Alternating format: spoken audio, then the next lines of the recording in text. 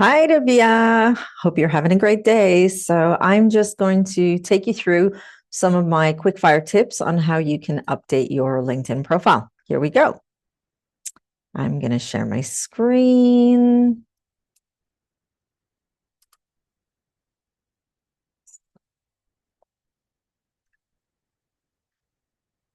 Okay, here we go. So, first thing you want to remember is the tips I'm giving you are based on my experiences of speaking with employers and also working on LinkedIn platforms myself. So different people will give you different insights, but my perspective on your LinkedIn profile is always first and foremost, it's never completed. So if you're thinking that you're going to start it and it'll be finished completely, then I want you to rethink that process. Now, a couple of things you want to consider before you do anything is realize for yourself, who are you actually preparing your LinkedIn profile for? When I say that, I mean, when you're putting it together, are you putting it together with you in mind, like giving yourself information, giving yourself insights on your experiences and knowledge and wisdom? Or are you creating it for someone who you're hoping will have access to your LinkedIn profile and then invite you for a conversation and then potentially interview, which would then lead you to getting an opportunity? It's important to understand whose perspective you're using when putting your LinkedIn profile together. So if you're putting it together for yourself, then you can use your LinkedIn profile to as like a dynamic CV and just make sure that you keep updating it with all of your relevant information. But if you're putting it with the perspective of a future employer in mind, then you need to be really clear about the employer persona. And looking at the employer persona is understanding their mindset, what they look for in candidates, and also understanding what they believe about the industry and what their brand message is in terms of the organization they work for. So there's lots of detail, and I want you to understand that it's so much more complex than most people make you think about when you're putting your LinkedIn profile together. In recent research that one of the LinkedIn influencers here on LinkedIn, and I'll share his details with you in a message. What he talked about was the amount of time put into different elements of your LinkedIn profile.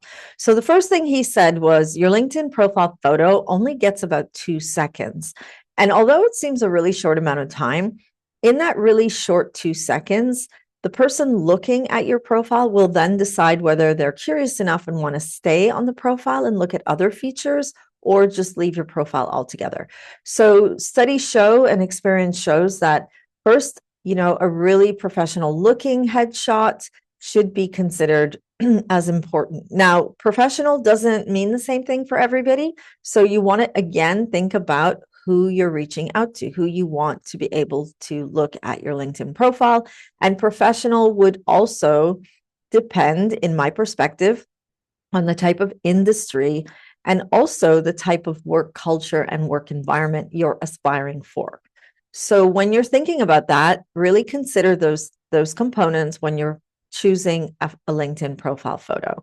A LinkedIn profile photo is you looking at, straight on. I should be able to see your full facial features, and the background should be bland so that the attention is all given on you.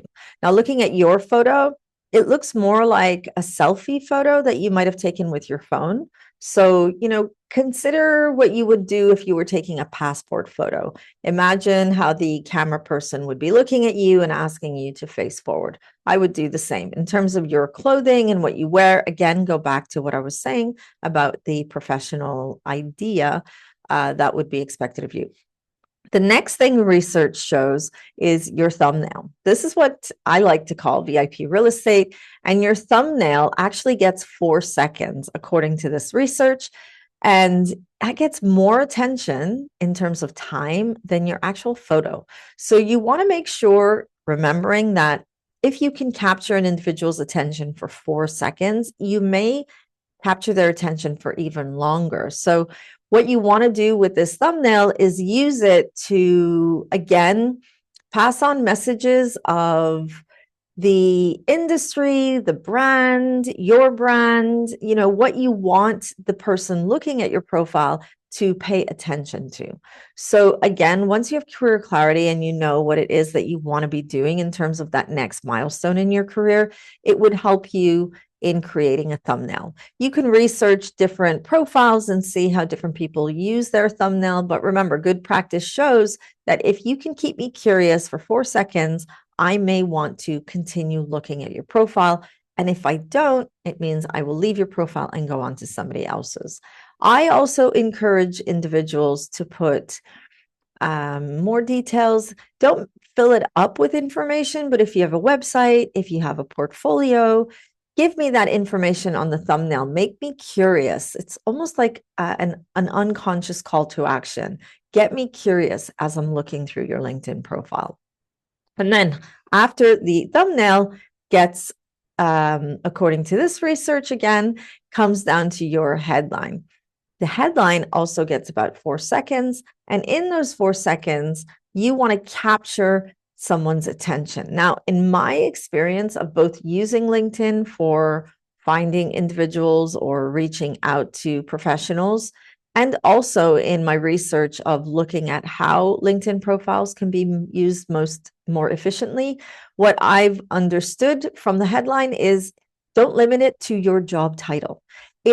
These are where you put keywords. And in those keywords, think of the search engine. When you think about the type of job opportunity you're looking for, what are the keywords? They could be hard skills, they could be job titles, they could be soft skills that you would need in the opportunity you're aspiring for. Now, remember, it should all be truth.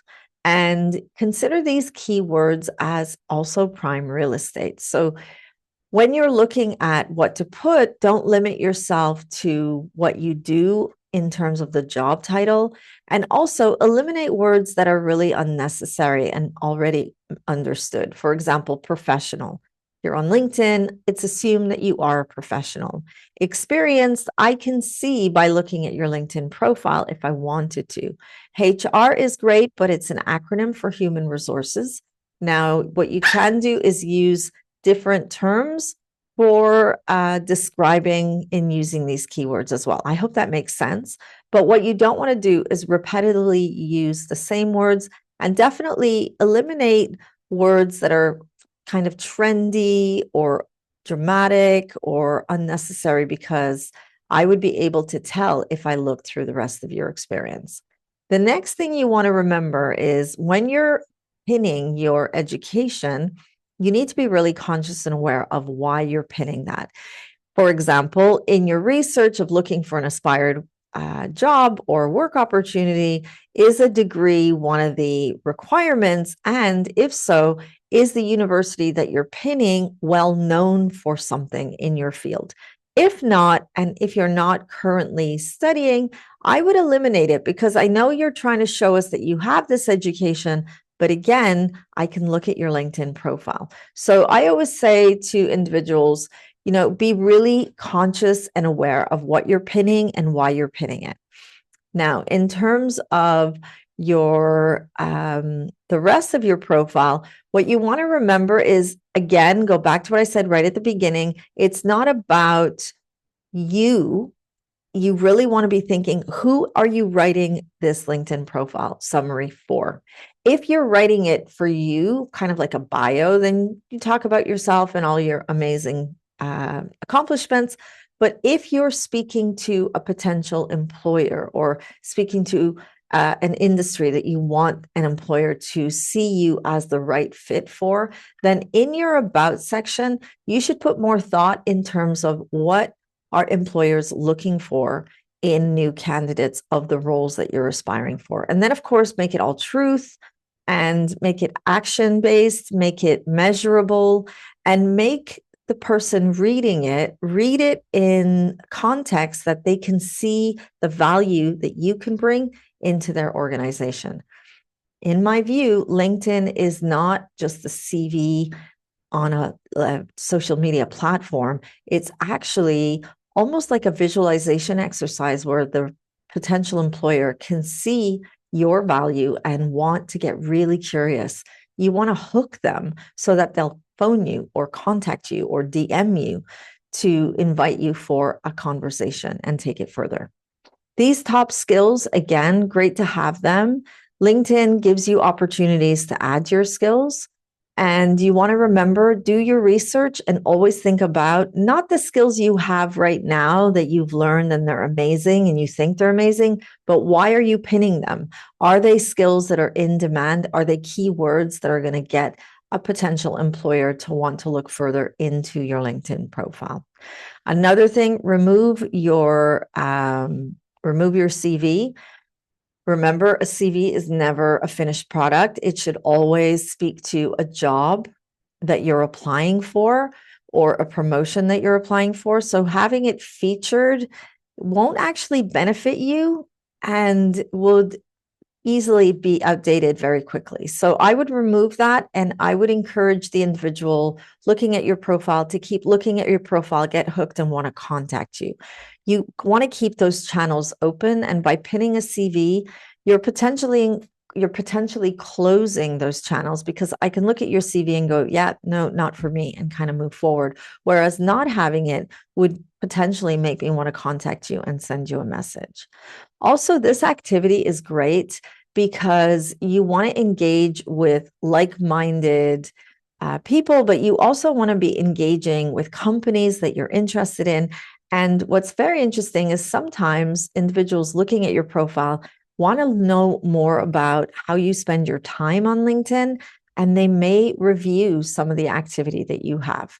So never take for granted that it's going unviewed, and always think, what does my activity or what does your activity demonstrate someone looking at your profile?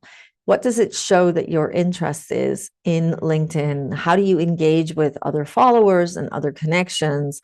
How do you engage in the world of work, particularly in the field that you're applying for? So looking at your profile here, I can see that in 2023, you are no longer employed, which is not a bad thing, but you want to kind of tell me what you're doing right now. So looking at your profile, I need to know, hey, what is Rabia up to? So even if you're unemployed, you're still gaining some type of experience in some way, shape, or form. So if it doesn't show up in experience, let it show up somewhere else.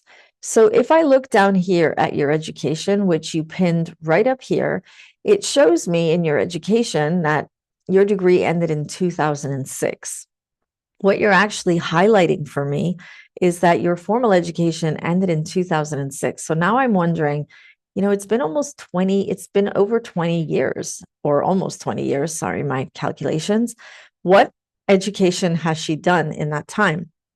If I look down, I can see languages and I can see skills, but I can't see any further education, nor can I see any certificates. So I would definitely unpin it and potentially show the employer that in the time that you're not actually working full time, that you're learning something. That shows the employer that you're investing your time in doing something. Now, and I know that you've moved country and you're learning lots of new things, but your LinkedIn profile has to show us that, right? Don't make the assumption that you'll be able to tell that story to anyone looking at your profile unless you are vlogging it and blogging it. I can't tell from your LinkedIn profile. And then finally, great to have volunteering experiences. But again, I can see that since 2006 and 7, you've really almost stagnated in terms of your growth on an education level, formal education, and then community support. So I can see that you were definitely employed all that time, but what does that tell me about what you do when you're not actually at work? That's what volunteering can show me. That's what education can show me. And then if you go down to your languages, great to have these languages, fantastic. Love languages. Languages are tickets. You'll know that in your role. And then finally, I want to see some recommendations. Can you reach out to past colleagues, people that have worked with you, that you've done projects with, either learning or work-wise? Ask them to send you recommendations. So I'm going to stop sharing. Those are my quick fire tips on my suggestions for you to update your LinkedIn profile. I hope that helps you, and let me know if you have any questions. Bye for now.